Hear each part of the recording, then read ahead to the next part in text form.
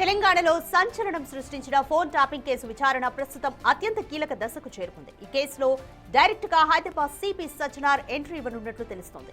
Phone tapping కేసులో కీలక నిందితుడు ప్రభాకర్ రావును సజ్జనార్ స్వయంగా విచారించే ఛాన్స్ ఉంది. ఇప్పటికే ప్రభాకర్ రావును 12 సార్లు విచారించింది సిట్ బృందం. మరోసారి నిన్నటి నుంచి ప్రభాకర్ రావును విచారించడం ప్రారంభించింది సజ్జనార్ నేతృత్వంలోని సిట్.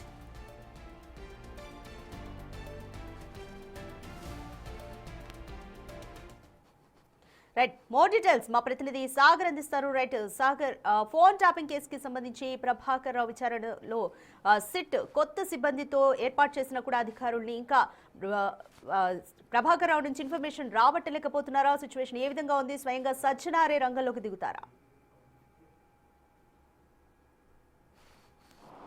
సాధిక, ఫోన్ ట్యాపింగ్ కేసులో ఇప్పటికే ప్రభుత్వం పూర్తిస్థాయి దర్యాప్తు, లోతైన దర్యాప్తు, కీలక సూత్రధారుల పాత్రపై ఆరా తీసేందుకు కూడా ప్రత్యేక సిట్ బృందాన్ని ఏర్పాటు చేసింది. సిట్ బృందం నిన్నటి నుంచే రంగంలోకి దిగింది. హైదరాబాద్ సిపి సజ్జనార్ నేతృత్వంలో మరో 3 ఐపీఎస్ అధికారులు, మొత్తం 9 మంది సభ్యులతో స్పెషల్ సిట్ని ఏర్పాటు చేసిన నేపథ్యంలో ఈ కేసులో నేరుగా హైదరాబాద్ సిపి సజ్జనార్ సిట్ బృందం ఆధ్వర్యంలో హైదరాబాద్ సిపి సజ్జనార్ నేరుగా ప్రభాకర్ రావుని విచారించే అవకాశాలు కనిపిస్తున్నాయి.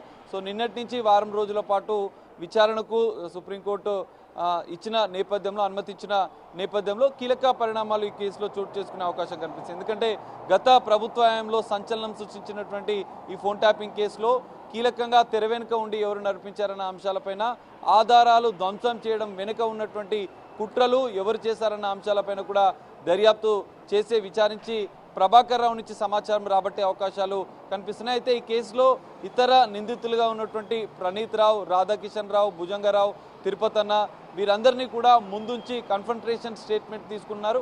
ఎదురెదురుగా వీళ్ళని ఉంచి ప్రశ్నించే అవకాశాలు కనిపిస్తున్నాయి. ఎందుకంటే గతంలో సిట్ అధికారులు ప్రభాకర్ రావును, ప్రణీత్ రావును కొన్ని ఆధారాలను ముందుంచి ప్రశ్నించారు. సో అందులో కొంత సమాచారాన్ని ఇప్పటికే రాబట్టారు. అందులో 600కు పైగా ఫోన్లను ట్యాపింగ్ చేశారు.